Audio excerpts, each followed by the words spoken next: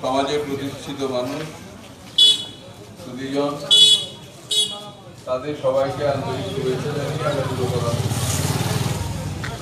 সর্বপ্রথমে আজকের এই সবজি বিতরণ অনুষ্ঠান আয়োজন যা হয়েছে সেই অনুষ্ঠান উদ্বোধন হলো এই ঘোষণাটা আমি করলাম। দ্বিতীয়ত এই প্রসঙ্গে একটা কথা বলতে দিচ্ছি যে লকডাউনের যে অর্ডার হুকুম আমি লকডাউন থেকে আরম্ভ করি। লকডাউনের যে হুকুম জারি করেছে সরকার কি করতে হবে সেটা তার ফল কি ফলবে এবং তার কি ফল ফলছে সেটা ইতিমধ্যেই বুঝতে আরম্ভ করা উচিত। আর ভবিষ্যতে হাড়ে হাড়ে আমরা সবাই বুঝতে পারবো এবং তখন আমরা অবশ্যই বুঝতে পারবো যে এখন যেটা বলছি তাদের আপনারা রেগে গিয়ে আমাকে তাড়াও করতে পারেন, মারতেও পারেন, কিন্তু পরে বুঝবেন যে এই লকডাউনটা বিরাট পলিটিক্স, এটা বিরাট রাজনীতি হয়ে গেল। যে রাজনীতি আন্তর্জাতিক বুর্জোয়া শ্রেণী এবং জাতীয় বুর্জোয়া শ্রেণী, জাতীয় মানে ভারতীয় বুর্জোয়া শ্রেণী তাদেরকে সহযোগিতা করবে। লকডাউন পিরিয়ডে আপনি আমি নিষ্ঠ হলাম, আম্বানিরা তাদের আছে বহুগুণ বাড়িয়ে কি করে আমরা জানি না, আমাদের চোখে দেখতে পাই, কিন্তু অর্থনৈতিক সমীক্ষক আছে তাদের অর্থনৈতিক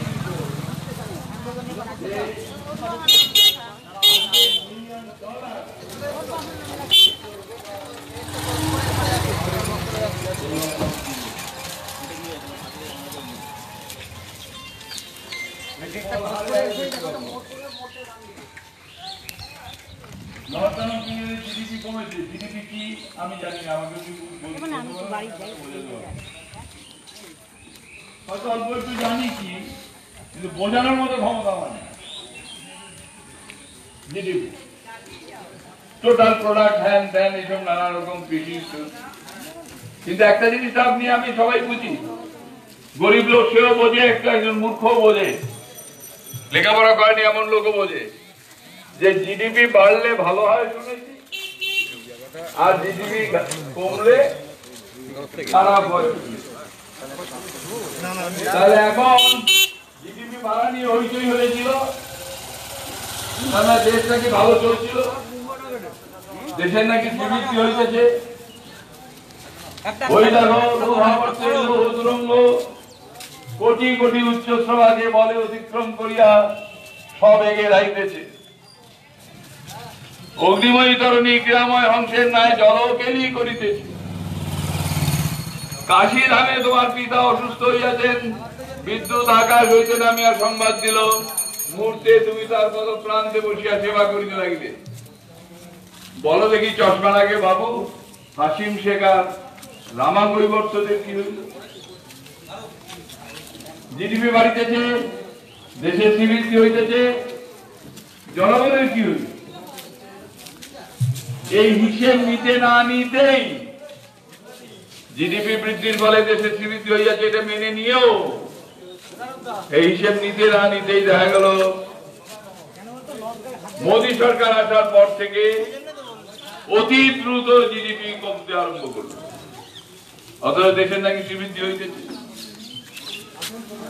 এখন এমন জায়গায় পৌঁছেছে যেটা নেগেটিভ পর্যায়ে যেতে পারে।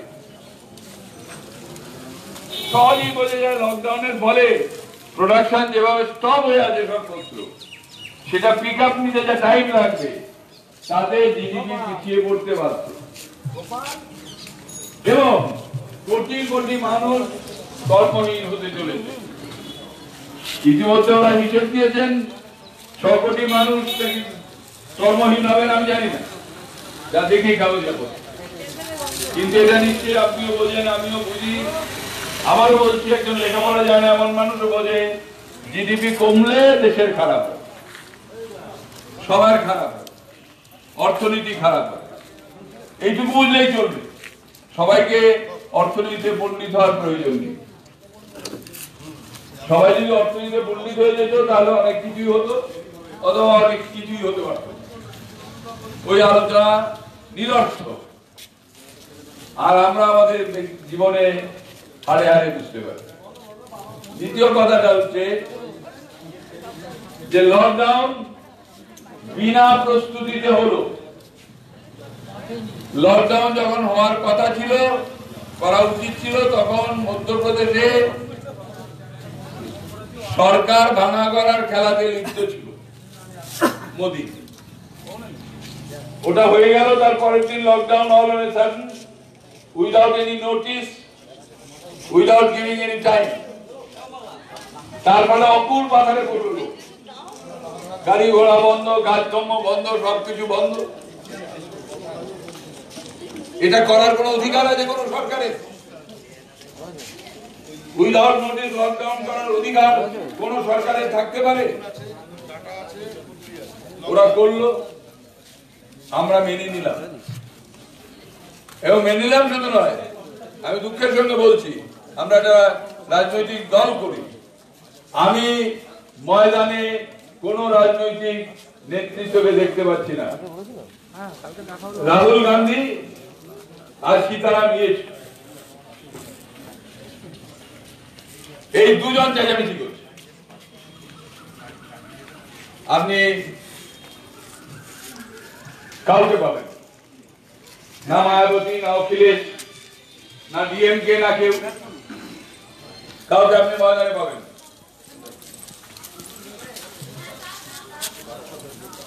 তারা বলছে, এই দুজন নেতাই বলছে যে লোককে টাকা দাও, সর্বনাশ হয়ে গেছে দেশে। এখন যেখান থেকে পারো, দরকার হলে রিজার্ভ ব্যাংক থেকে তুমি তো টাকা ঝাড়ছো, সেই টাকাটা জনগণকে দিয়ে দাও, নাহলে ছাপিয়ে দাও, যা ইচ্ছা তাই করো, টাকা দাও। ওই ইনফ্লেশন বলে একটা কথা আছে, ওইটার জন্য ভেবে লাভ নেই। এখন টাকা দিতে হবে লোকের হাতে, কাজের বিনিময়ে দাও, কাজের বিনিময়ে ছাড়া দাও, টাকা যেভাবেই হোক দাও, বাজার চাঙ্গা করো, চাহিদা বাড়াও। সাপ্লাই বাড়িয়ে অর্থনীতিকে চাঙ্গা করা যায় না, চাহিদা বাড়িয়ে করতে সাপ্লাইকে উন্নত করতে হয়। এটার নাম হচ্ছে অর্থনীতিকে চাঙ্গা করা। সিম্পল ব্যাপার, যে কোনো বাচ্চা ছেলেও সেই দিকে নেই। 1 বছর পূর্তি উপলক্ষে হ্যান করেঙ্গা, ত্যান করেঙ্গা, বহুত কিছু করেঙ্গা, এই সমস্ত একটা বক্তৃতা দিল। এবং সব কটা, যে কয়টা ইস্যুতে বললো যে আমার সাফল্য হয়েছে, সব কটা জনবিরোধী, সব কটা জনবিরোধী। বলছে মোদী এসে সুপ্রিম কোর্টের জাজমেন্ট মন্দিরের ফেভারে নিয়ে এলো। মূর্খের দল, এই কথা বলার মধ্যে যে তুমি প্রমাণ করে দিলে যে বিচার বিভাগ তোমার অনুগত হয়ে গেছে। এর চাইতে বড় গণ্য মূর্খ আর কি হতে পারে? এই কথা প্রকাশ্যে ঘোষণা করার মধ্যে দিয়ে যে কোর্টটাও তুমি মোকাবেলা করে নিলে, আর সেটা বলছো বড়াই করে, যেটা তোমার সাফল্য। হ্যাঁ, ওর যে এজেন্ডা আছে, আমি শেষ করছি, ওর যে এজেন্ডা, যেটা গোপন এজেন্ডা ছিল বাজপেয়ীর আমলে, মোদীর আমলে, সেটা ওপেন এজেন্ডা হয়েছে। এবং সেই এজেন্ডা এগিয়ে নিয়ে যাওয়ার ক্ষেত্রে এটা অবশ্যই একটা সাফল্য। ফ্যাসিবাদকে এগিয়ে নিয়ে যাওয়ার জন্য এটা অবশ্যই একটা সাফল্য। সেদিক থেকে সফলতা অর্জন করেছে, শিওর, কোন সন্দেহ নাই। প্রশ্ন হচ্ছে যে আমরা কি ওর এই সাফল্যকে আমাদের ব্যর্থতা বলে মানব না? ওর এগিয়ে যাওয়াকে আমরা কি আমাদের পিছিয়ে পড়া বলে মানব না? তাহলে কিসের জন্য আমরা আছি? এরকম একটা পরিস্থিতিতে যে কাজ সরকারের করা উচিত, অভুক্তকে খাদ্য যোগানো, সেই কাজ সরকার করছে না, আমরা করছি। আজকে খাদ্য সুরক্ষা বিল থেকে আরম্ভ করে 100 দিনের কাজের গ্যারান্টি আইন, এই সব কিছু বামপন্থীদের অবদান। এবং প্রধানত আমরা দাবি করতে পারি, কমিউনিস্টরা আমরা ছোটবেলার থেকে আমরা জিআরের আন্দোলন দেখেছি, যে কাজ নেই গ্রামে, দরকার হলে ভিক্ষে দাও, টাকা দাও, নগদ দাও, এর নাম গ্র্যাচুইটাস রিলিফ। কাজ নেই গ্রামে, টেস্ট রিলিফের কাজ দাও, টিআর, মাটি কাটবো টাকা দাও, মাটি কাটবো টাকা দাও। সেই আন্দোলন ঘুরতে ঘুরতে ফুড ফরওয়ার্ড টিমে রূপান্তরিত হলো। সেই ফুড ফরওয়ার্ড টিম বিবর্তনের ফলে রূপান্তরিত হয়ে আমাদের আন্দোলনের ফলে, আমাদের হইচইয়ের ফলে, আমাদের চেঁচামেচির ফলে পার্লামেন্টের ভেতর এবং বাইরে সেটা 100 দিনের কাজের গ্যারান্টি আইনে রূপান্তরিত হলো। কিন্তু পতাকাটা ধরে নিল সোনিয়া গান্ধী। কেন ধরলো ব্যাখ্যা আমি যাচ্ছি না, সেটা অন্য একটা রাজনৈতিক ব্যাখ্যা আছে। কিন্তু হয়েছে, দেশের জনগণের জন্য এই কাজটা হয়েছে। আমরা গর্ববোধ করি। আমাদের দলীয় কোনো লাভ হয়নি ঠিক, কিন্তু এই সাফল্য জনগণের জন্য, যেটা ভারতবর্ষের বুকে একটা চিরস্থায়ী হয়ে অঙ্কিত হয়ে আছে, সেটার জন্য আমরাই হচ্ছি দায়ী, আমরাই করি।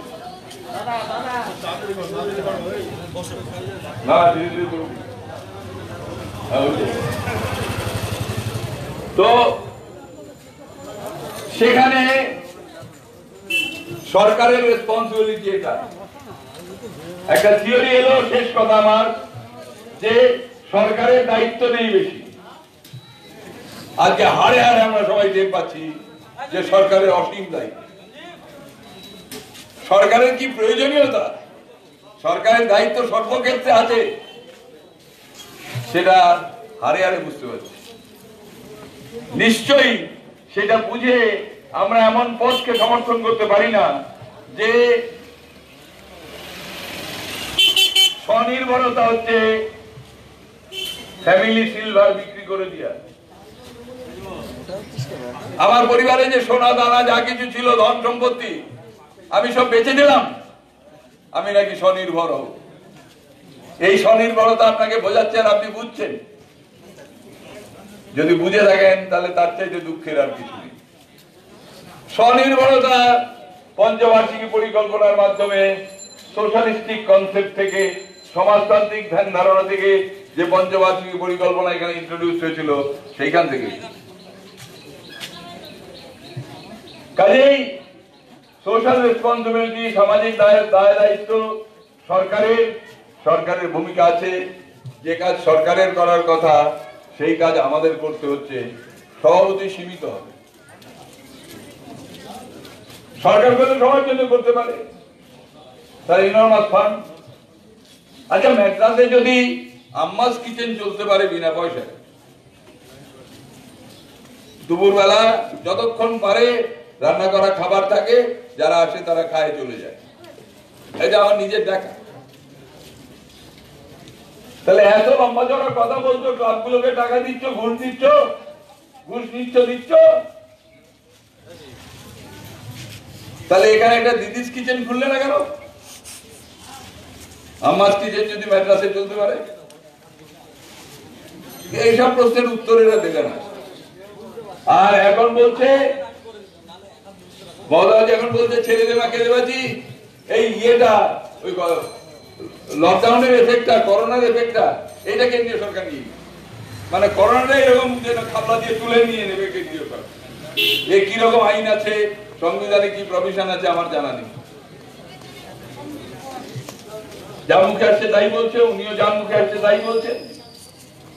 এরকম একটা অবস্থায় আমরা যতদূর সম্ভব, এটা টোকেন, এটা সিম্বল, সমাধান না। আমরা সমাধান করে দিতে পারছি, সমাধান করে দেব, এইসব কথা আমরা বলছি না। It is a symbol. এটাও কিন্তু একটা প্রতিবাদের অংশ, সামাজিক প্রতিবাদের এটা একটা টোকেন, সিম্বল। সেই হিসাবে এখানে যত সামান্য যে আয়োজন এখানকার স্থানীয় পার্টি যুবকরা যেভাবে করেছে তাকে আন্তরিক ধন্যবাদ সাধুবাদ জানিয়ে আপনাদের সবাইকে নমস্কার জানিয়ে আমার কথা আমি শেষ করলাম। ইনকলাব জিন্দাবাদ।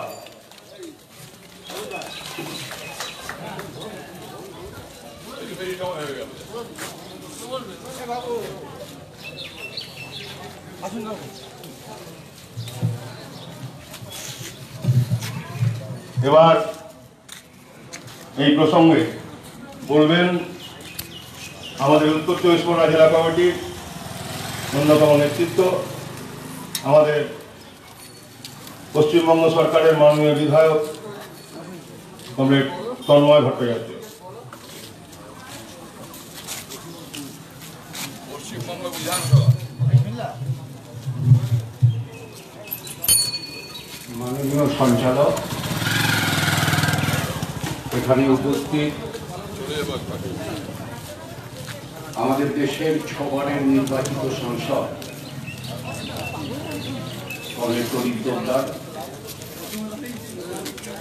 আমাদের জেলার অন্যতম অগ্রণী নেতা, আমডাঙ্গার লড়াইয়ের সামনে থেকে দাঁড়িয়ে নেতৃত্ব দিয়েছিলেন যিনি কমরেড আহমেদ আলী খান, সবজির বাজারে সবজি নিতে এসেছেন আমার যে মা ভাই বোনেরা, এবং এই অনুষ্ঠান সংগঠিত করছেন সিআইটিইউ, ডিওয়াইএফআই এবং এসএফআই এর 32 এবং 35 নম্বর ওয়ার্ডের যে কর্মী নেতৃত্বরা, আমি তাদের সকলকে আমার শুভেচ্ছা, আমার অভিনন্দন, আমার ধন্যবাদ, আমার ভালোবাসা জানাচ্ছি। অনেককাল আগে আমার ঠাকুরদা বলতেন,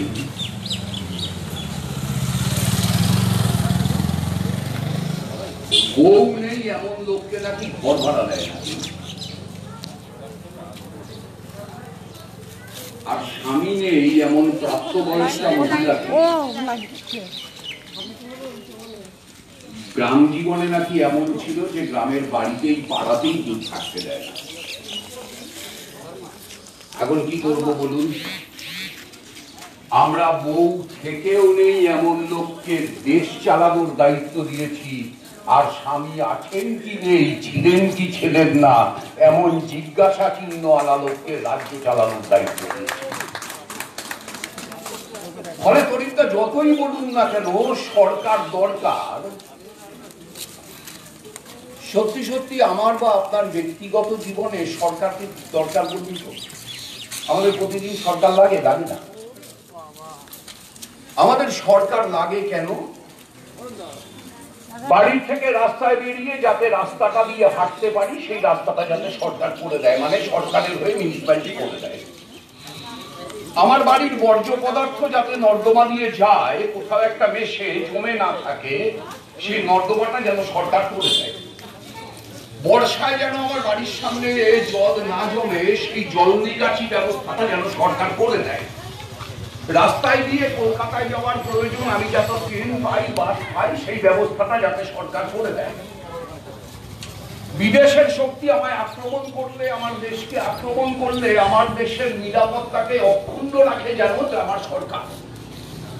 আর হঠাৎ বন্যা হয়ে আমি ফেসে গেলে, হঠাৎ খরা হয়ে আমার জমিতে ফসল না ফললে, হঠাৎ কোনো মারণ রোগ আমায় আক্রমণ করলে, হঠাৎ আমফানের মতো কোনো ভয়ঙ্কর ঘূর্ণিঝড় আমাকে নিঃস্ব করে দিলে, আমাকে সেই নিঃস্ব অবস্থা থেকে আমার স্বাভাবিক অবস্থায় ফিরিয়ে আনবার জন্য আমার দরকার সরকার। সমস্যা হচ্ছে যে ঘটনাগুলো যে সময় আমাদের দেশে রাজ্যে ঘটছে, সেই সময় আস্তে আস্তে আপনার চোখের সামনে থেকে সরকার সরে যাচ্ছে। আপনি সরকারকে দেখতে পাচ্ছেন না, আপনি মুখ্যমন্ত্রীকে দেখছেন রাস্তায় লাল ইট দিয়ে গোল্লা গোল্লা দাগ কাটছে আর বলছে সামাজিক দূরত্ব রক্ষা করো।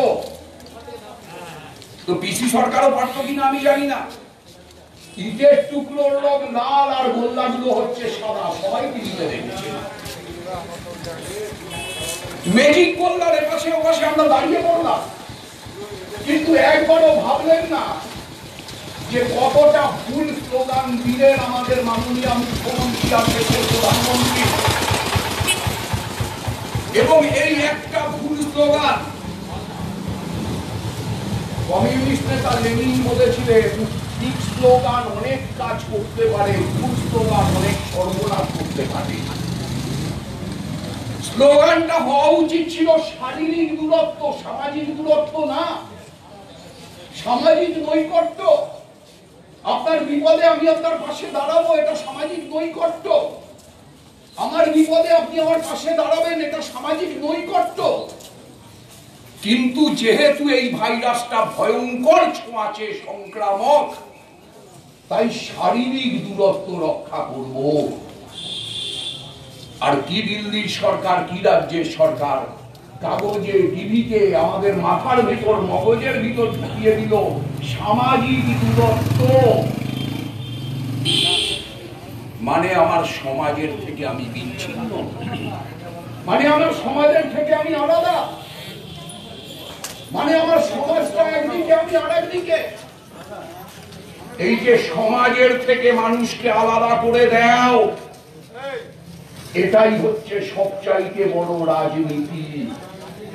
প্রত্যেকটা মানুষকে বোঝাও যে তাকে একা একা বাঁচতে হবে, কেউ তার পাশে নেই, কেউ তাকে সাহায্য করবার জন্য নেই, কেউ তার বিরোধিতা করবার জন্য নেই, সে একা এলোন।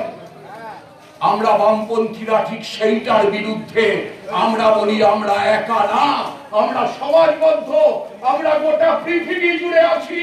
তুমি তৃণমূল কংগ্রেস একটা রাজ্যের সরকার চালাতে পারো, তুমি বিজেপি একটা দেশের সরকার চালাতে পারো, আমরা লাল ঝান্ডা পৃথিবীর 196টা দেশে উড়ি, আমরা 196টা দেশে আছি। আজকে এখানে সরকারে তো কালকে ওখানে সরকারে। ঠিক সেই জন্যই আমরা মনে করেছি, আমাদের 32 আর 35 নম্বরের কবরেজটা মনে করেছে আমাদের সামাজিক দায়িত্ব। ঠিক যে মানুষ এখানে এসছেন সেই মানুষের প্রত্যেক দিনের খাবার প্রয়োজনের সবটা আমরা দিতে পারবো না, আমাদের বলতে কোনো দ্বিধা নেই যে আপনাদের সব প্রয়োজন আমরা মেটাতে পারবো না, অত সামর্থ্য আমাদের নেই। কিন্তু প্রশ্নটা সামর্থ্যের নয়, প্রশ্নটা সংবেদনশীলতার। মুখ্যমন্ত্রী বলছেন দায়িত্ব ছেড়ে দিচ্ছি, কেন্দ্র দায়িত্ব নিতে। পরিযায়ী শ্রমিকদের নিয়ে আসছে যে ট্রেন, সেই ট্রেনকে বলছেন করোনা স্পেশাল। 1 কোটি লোক বাংলা থেকে বাইরের রাজ্যে কাজ করতে যায়। এই লোকেরা আসে না সারা বছরে, প্রতি বছর ঈদের সময় আসে না, প্রতি বছর পুজোর সময় আসে না, আমার বারাসতে আসে না, পাশের মধ্যমগ্রামে আসে না, তার পাশের নিমবেড়াপুরে আসে না, আসে না ওই লোকেরা। এই লোকেরা তো আমাদের সঙ্গে একসঙ্গে ঠাকুর দেখতে বেরোয়, আমাদের সঙ্গে একসঙ্গে প্যান্ডেলে করে একসঙ্গে ফুচকা খায়। আজকে সেই লোকগুলোর সঙ্গে আমাকে শত্রু বানিয়ে দেওয়া হচ্ছে। কেন পারতেন না নরেন্দ্র মোদী লকডাউন ঘোষণার আগে 4 দিন সময় নিয়ে বেশি করে ট্রেন চালিয়ে এই লোকগুলোকে বাড়ি পাঠিয়ে দিতে? কি অসুবিধা ছিল? 25শে মার্চ ঘোষণা করতেন 30শে মার্চ থেকে লকডাউন হবে, তার মধ্যে যে যার রাজ্যে ফিরে যাও, বিশেষ ট্রেন দিচ্ছি, সবাই চলে আসতো, অসুবিধা হতো না। নরেন্দ্র মোদী করবেন না। আর তারপরে যখন করা শুরু করলেন তখন রাজ্যের মুখ্যমন্ত্রী ট্রেন চাইলেন না। অধীর চৌধুরী বিশেষ করে আবেদন করে 105টা স্পেশাল ট্রেন আনালেন। তারপর সরকার নড়ে চড়ে বসলো, এখন ট্রেন আসছে আর মুখ্যমন্ত্রী বলছেন করোনা স্পেশাল। আমার রাজ্যের 1 কোটি মানুষ যারা বাইরে কাজ করতে গেছে তাদের অপমান করছেন। কে দিয়েছে মুখ্যমন্ত্রীকে এই অধিকার? এই লোকগুলো যেত। যদি টাটার মোটর গাড়ির কারখানা সিঙ্গুরে হতো, যদি নন্দীগ্রামে কেমিক্যাল হাব হতো, যদি নয়াচরে ইস্পাত শিল্প হতো, যদি পুরুলিয়ার সিমেন্টের কারখানাটা হতো, এই তরিতোদ্ধারের প্রস্তাব মতো যদি ব্যারাকপুরে দ্বিতীয় এয়ারপোর্ট হতো, এই লোকগুলো কেউ বাইরের রাজ্যে কাজ করতে যেত না, সবাই রাজ্যের মাটিতে কাজ পেত। তুমি মুখ্যমন্ত্রী 100 দিন আমাদের বলেছিলে সব কাজ করে দিয়েছি, আর তোমার সব কাজ করে দেওয়ার নমুনায় আমফানের ঝড় সব ঘরবাড়ি উড়িয়ে নিয়ে চলে গেছে। কালীঘাটে তোমার বাড়ির সামনে রাস্তায় 70 বছরের পুরনো গাছ উড়িয়ে নিয়ে চলে গেছে, কিন্তু তোমার টালির বাড়ির একটাও টালি উড়ে যায়নি। ওই টালিগুলো কি আসলে টালি, নাকি টালিগুলোর ভেতরে কোনো স্পেশাল অ্যারেঞ্জমেন্ট করা আছে? আমাদের যে বড় জানতে ইচ্ছে করছে মুখ্যমন্ত্রী। আর আরেকজন গরু বিশারদ আছে রাজ্যে, পরে গোমূত্র খান, করোনা সেরে যাবে। গোবর গায়ে মেখে স্নান করুন, করোনা সেরে যাবে।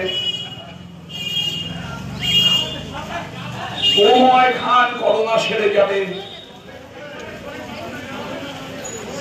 আমরা বলছি আমাদের কিচ্ছু সারার দরকার নেই, করোনা নিয়ে আমরা বেঁচে থাকতো। তোমার মতো পাগল সারানোর জন্য কি দরকার সেইটা আমরা বাংলার মানুষকে শেখাচ্ছি, যে বাংলায় ধর্ম নিয়ে রাজনীতি করা যাবে না। তুমি হিন্দু সংখ্যাগরিষ্ঠ নিয়ে রাজনীতি করবে, আর রাজ্যের মুখ্যমন্ত্রী মুসলমান সংখ্যালঘিষ্ঠ নিয়ে রাজনীতি করবে। আমরা বলছি এ বাংলায় হিন্দু মুসলমানের রাজনীতি চলবে না। এ বাংলায় খেটে খাওয়া মানুষের সঙ্গে লুটে খাওয়া মানুষের লড়াই চলবে। সেই লড়াইতে আমরা খেটে খাওয়া মানুষের পক্ষে। আর তাই যে মানুষ খেটে খান সেই মানুষের পাশে দাঁড়ানোর জন্য আমাদের এই ক্ষুদ্র প্রচেষ্টা, আপনাদেরই সাহায্যে, আপনাদেরই সহযোগিতায়। ধন্যবাদ, নমস্কার, সবাই ভালো থাকবেন।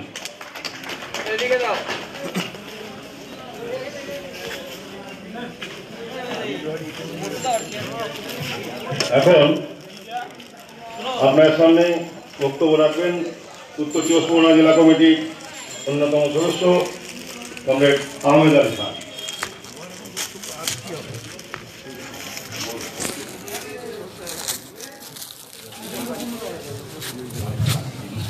কমরেড সঞ্চালক, আমার সহকর্মীবৃন্দ এবং আমাদের উত্তরাধিকার যেটা নিয়ে আমরা গর্ব করতে পারি, আজকের দিনে দাঁড়িয়ে আমি বড় গর্ববোধ করি যে আমাদের উত্তরাধিকার যুব ছাত্র আজকে সারা দেশে এবং এখানে তারা কর্মকাণ্ডে করে চরিত্রা আমাদের শিক্ষক। তরিদা যে বিষয়গুলো বলেছেন নিশ্চিতভাবে সেগুলো শিক্ষণীয় এবং আমাদের জানা বোঝার মধ্যে থাকা দরকার, আমরা যারা এই মতাদর্শে বিশ্বাস করি।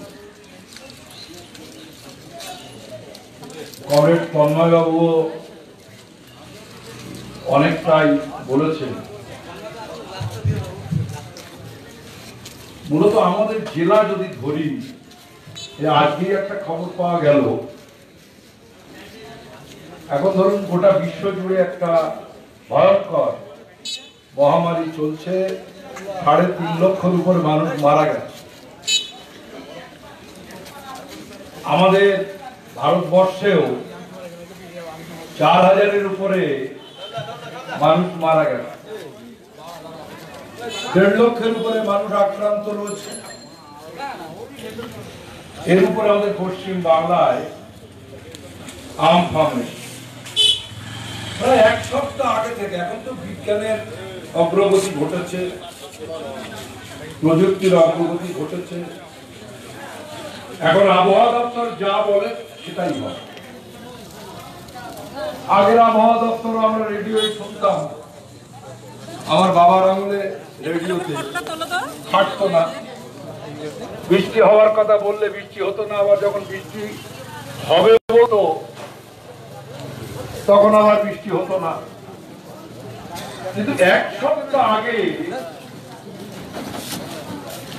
এই যে আমপান কত মাইল তার গতি, কোথায় কোথায় কোন কোন জেলা নিয়ে যাবে বলা সত্ত্বেও মাননীয় মুখ্যমন্ত্রী বললেন যে 5 লক্ষ লোককে সরিয়ে দিয়েছি, আমরা প্রস্তুত। আমি ওর মধ্যে ঢুকছি না কতখানি প্রস্তুত, আপনারা বৃক্ষ তোমার পরিচয় ফলে আপনারা সবাই দেখতে পাচ্ছেন। এখনো বহু জায়গায় বিদ্যুৎ সংযোগ হয়নি, প্রত্যন্ত গ্রাম ছেড়ে দিন। আজকে খবর পেলাম যে ওই সমস্ত নদী এলাকায় ঘরবাড়ি সব ডুবে গেছে, নদীর পাড় ভেঙে জল ঢুকছে, মানুষ রান্না করতে পারছে না, মানুষ খেতে পারছে না। আর আমাদের কাঁচড়াপাড়া থেকে 500 প্যাকেট সেখানকার মানুষের জন্য শুকনো খাবার নিয়ে গেছে। আর আমাদের বিরাটি থেকে আমাদের বিরাটির ছাত্র যুব পার্টির পক্ষ থেকে সেখানে নিয়ে যাওয়া হচ্ছে প্রায় 800 থেকে 1000 মানুষের, তারা এখান থেকে গাড়ি করে গেছে সেখানে রান্না করে সেই অভুক্ত মানুষদের খাওয়াবার জন্য। সম্পাদকের সঙ্গে আমার ফোন হলো, আমাদের জেলার সম্পাদক পার্টি মৃণাল চক্রবর্তী বলো আহমেদ ভাই, সেখানে ফতোয়া জারি করে পুলিশ গিয়ে ফতোয়া জারি করে বলছে আপনারা খাদ্য খাবার নিয়ে যান, এখানে রান্না বান্না করতে হবে না, সরকার আছে, সরকার। আর সেখানকার মানুষ বলছে এই যে 34% বিনা প্রতিদ্বন্দ্বিতায় আর আমদানি করতে পারেনি বলে আমাদের একটা আসনে আমরা ছাড়িনি বিনা প্রতিদ্বন্দ্বিতায়। অর্জুন সিং এর নেতৃত্বে ওখানে বলাবাজি করেছিল ভোটের দিক খুন হয় প্রথমবার নাই তৈবুর গাই সামাজিক সংগঠন এবং তৈবুর গাইয়ের সঙ্গে যে আক্রান্ত হয় তার নাম গোলাম কিবরিয়া। মানুষের পাশে দাঁড়ানো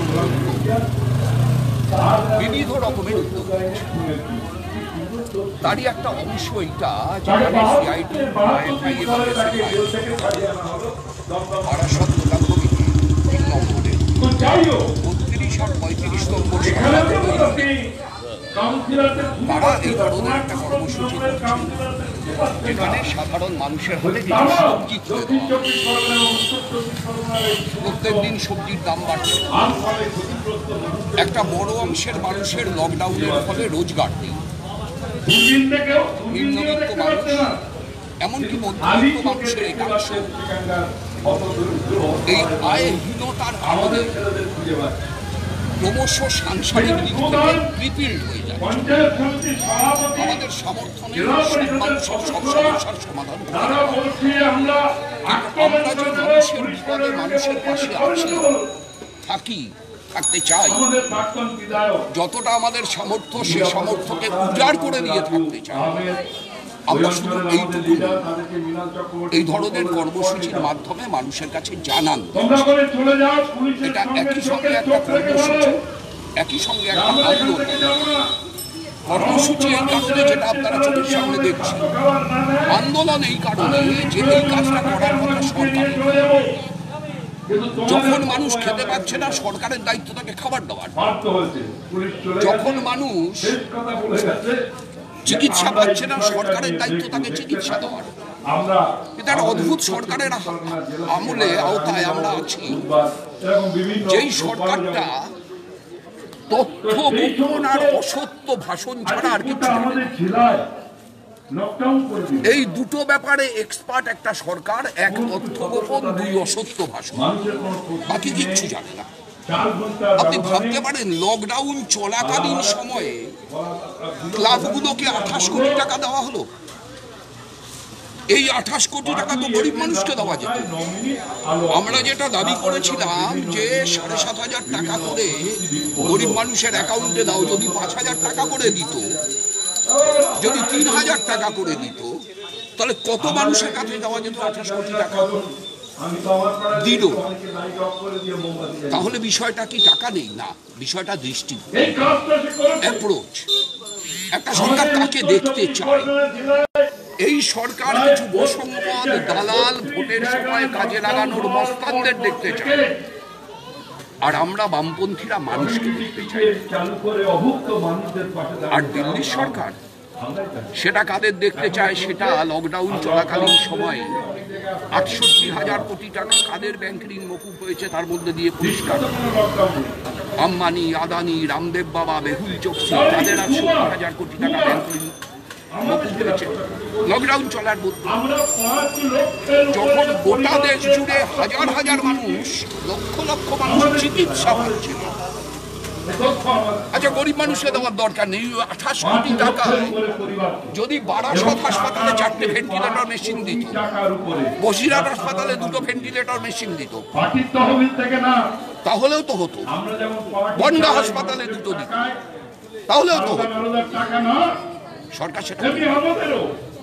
ফলে আমাদের এই কর্মসূচিটা হচ্ছে মানুষকে দেওয়া, আর আন্দোলনটা হচ্ছে সরকারকে বোঝানো তোমার এই অগ্রাধিকারের জায়গাটা সরকার তার স্বার্থে ঠিক করছে, আমরা জনগণের স্বার্থে। চারিদিকে একটা শ্রমিকরা যারা আসছে তাদের রাখা নিয়ে একটা অস্থির পরিস্থিতি তৈরি হয়েছে। সেদিন বারাসাত কলেজে রাখতে চাইলো, সাধারণ মানুষ, এলাকার মানুষ থাকতে দেবে না, বিভিন্ন জায়গায় সমস্যা তৈরি হয়েছে। একই কথা, সরকার প্রথম থেকে যেটা ভালো করত সেটা হচ্ছে তারা করোনা রোগীকে অস্পৃশ্য বানিয়ে দিল। করোনা রোগীকে অস্পৃশ্য না, এবং ধরুন আজকের দিনে এখন পর্যন্ত সকাল থেকে করোনায় যত মানুষ মারা গেছে তার চাইতে বেশি মানুষ মারা গেছে ম্যালেরিয়ায় কিংবা পেটের অসুখে। আজকে এই মুহূর্তে এখন পর্যন্ত সারাদিনে করোনায় যত মানুষ মারা গেছে তার চাইতে বেশি মানুষ আত্মহত্যা করেছে, বেশি মানুষ রোড অ্যাক্সিডেন্টে মারা গেছে।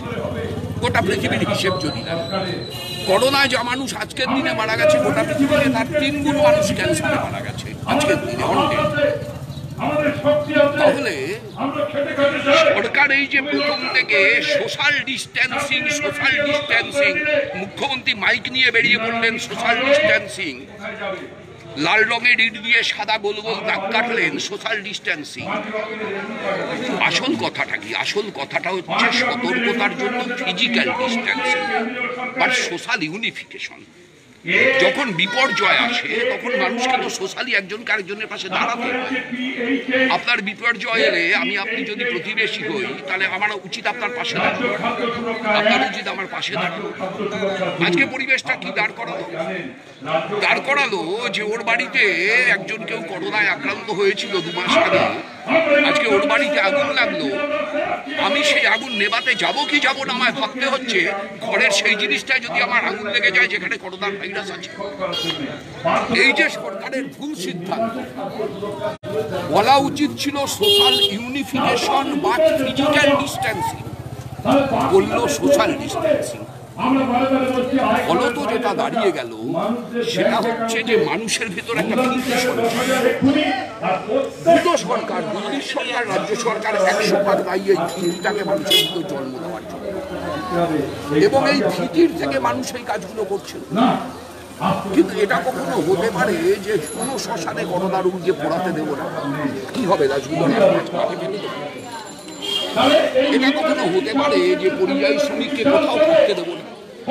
পরিযায়ী শ্রমিক মানে করোনায় আক্রান্ত না, বাইরে থেকে এসছেন, টেস্ট হবে, আক্রান্ত কিনা দেখা হবে, এর মাঝখানে একটা 14 দিনের গ্যারান্টি। এই কোয়ারেন্টিনের সময় টেস্টে দেখা গেল ও পরিযায়ী শ্রমিক, ও পরিযায়ী শ্রমিক, দেখা গেল ও ক্লিয়ার, ও বাড়ি চলে যাবে, দেখা গেল ওর ভিতর সিমটম আছে, ওকে রেখে দেওয়া হবে আইসোলেশন। তাহলে এই যে সিদ্ধান্তটা করবে, এই সিদ্ধান্তটা করবার জন্য সরকারের যে মানবিক অ্যাপ্রোচ নিয়ে লোকের কাছে অ্যাপিলটা করা উচিত সেটা করলো না।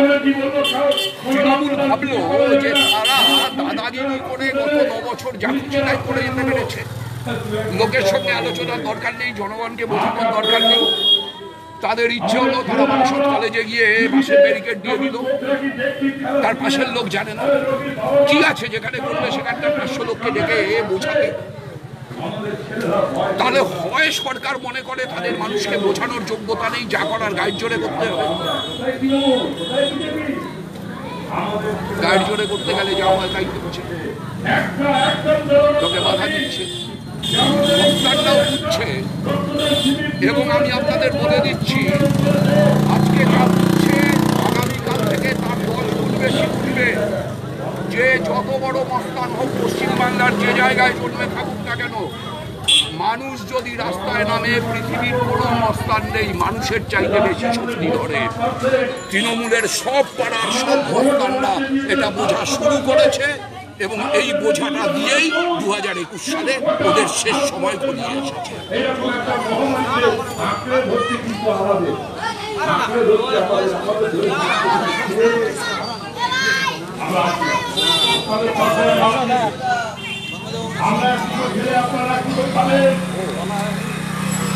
যে কথা ছিল